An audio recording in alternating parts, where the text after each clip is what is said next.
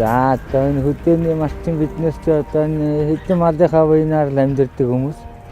Цас ихтэй хүүтэн болохоор мал жаан доторнгууд зүйл байна. Тэгээд одоо энэ малчин хүний гол одоо харж явдаг юм тэнгэр хангаа байдгийн шүү дээ. Тэгээд одоо энэ мал гэж амтнал байхгүй болчихвол бид нар ч амьдрахад хэцүү болно шүү дээ.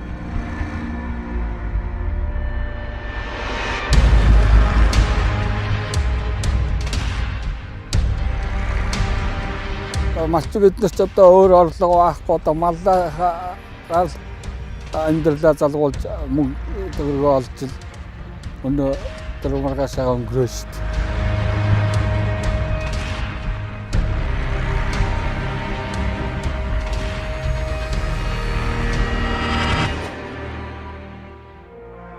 Юмыг үзээгүй гэдэг нь ингээл ийм хэцүү хөтөн улирал болдгийг урд нь үзчихлээсэн. Гэхдээ энэ жил бүр арай дамгаа хөтөн бай.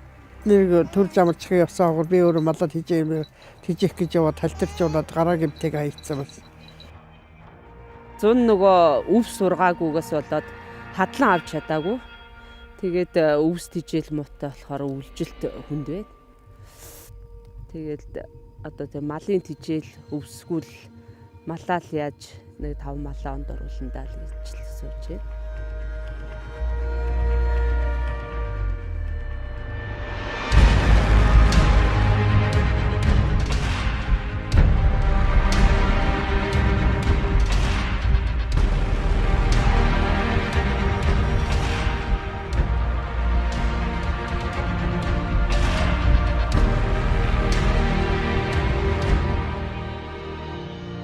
Өвлжилт одоо тэгэл нэг 1 км гарan явж иж нэг бэлчээртэй хөрөөл нэг өвс мөвсөндөл хурж ин да.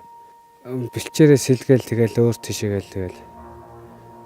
За улам тэгэл 1 км гарангаа цаашлуулаад тэгэл 2 км гар явуулаад тэгэл өвсөн зас масын ухаж байрал тэгэл малдаа ус гаргаж игэл.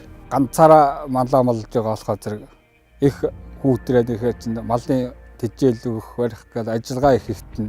Тэгэл өглөө ороод нэг жоохон хэвэг амсуулчаа тэгэл өөрөөхт ордсон өдөр өвс өгдөг гаднаа аваад үссэн болчихсон бай. Дараа нэг өвс муутай болохоор энэ жилээр тижэл маш их орж байна. Хүүтэрж байна. Нэг бадлаа үсэж чадаад 7500-аар авч шээ. Тэгээ авсан өвс бас их чанар муутай. Сайхан ногоо өвс биш, хар өвс байна. Зун өвс сургаагүй чинь одоо 4-5 сар гэдэг одоо цас ханзарсан ч идэх юм байхгүй. Бид нар бол тэгээд төр засгаас харах чинь байхгүй.